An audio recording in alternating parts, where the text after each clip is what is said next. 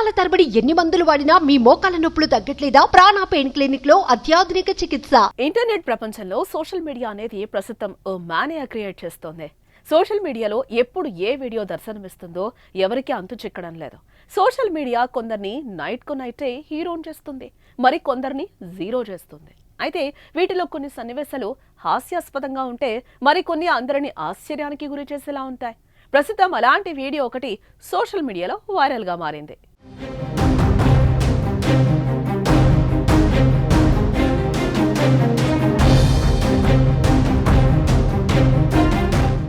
ఓ వ్యక్తి స్కూటర్తో బీచ్కు వెళ్ళాడు.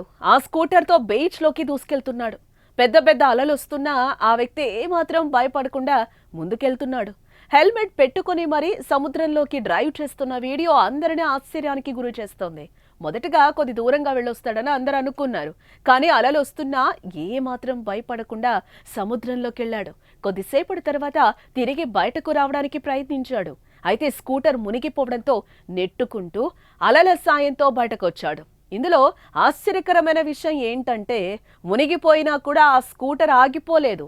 ఇదిలా ఉంటే ఇంతకీ సముద్రంలోకి ఆ యువకుడు ఎందుకు వెళ్ళాడో అర్థం కావడం లేదు కదా.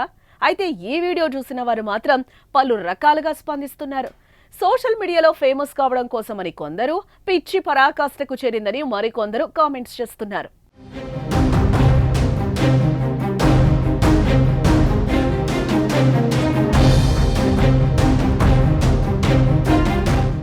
సుమన్ టీవీలో మీ పర్సనల్ అండ్ బిజినెస్ ప్రమోషన్స్ కోసం కింది నెంబర్కి కాంటాక్ట్ చేయండి.